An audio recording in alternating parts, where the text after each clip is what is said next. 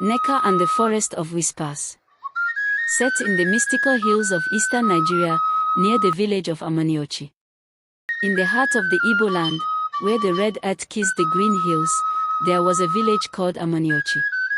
Among its people lived a curious young woman named Nneka, daughter of a respected Dibia, native doctor.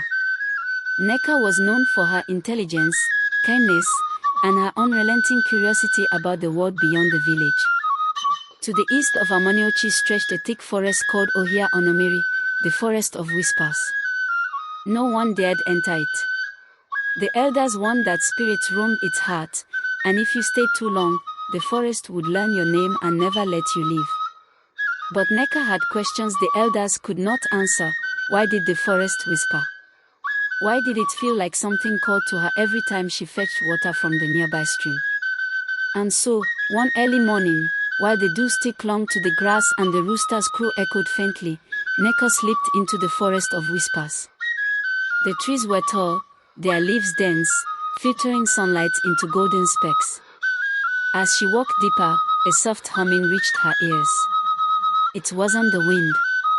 It sounded like voices, gentle, layered, echoing her thoughts. Nneka. Nneka. She paused. Her heart pounded. The forest knew her name. Suddenly, a gust of wind lifted the leaves around her, and before her appeared an old woman in white, her hair as silver as moonlight, eyes like deep pools of water. "You should not be here, child of Nochinamir," the old woman said. Nneka, trembling but brave, replied, "I seek the truth. I want to know why the forest whispers." The woman studied her for a long moment. "Then come. But know this, truth has a price."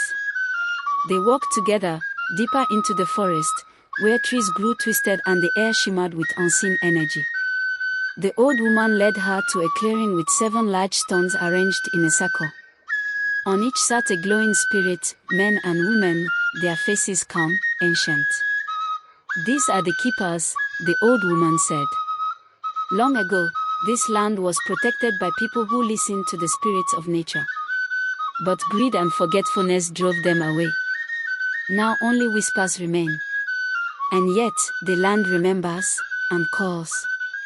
Nneka fell to her knees, overcome by a strange warmth in her chest. Visions flashed before her eyes, her ancestors dancing under the moon, sacred rituals forgotten by time, the harmony between human and spirit once shared. "You have been chosen," the keeper said in one voice, "to awaken what was lost. But, why me? Because you listened." With that, they placed a small carved stone into her palm. "Return with this. When your people doubt, place it in the village square. The forest will answer." Suddenly, the forest dimmed. The spirits vanished. The old woman was gone. Nneka found herself at the edge of the forest, the carved stone warm in her hand. She returned home to find the village in panic.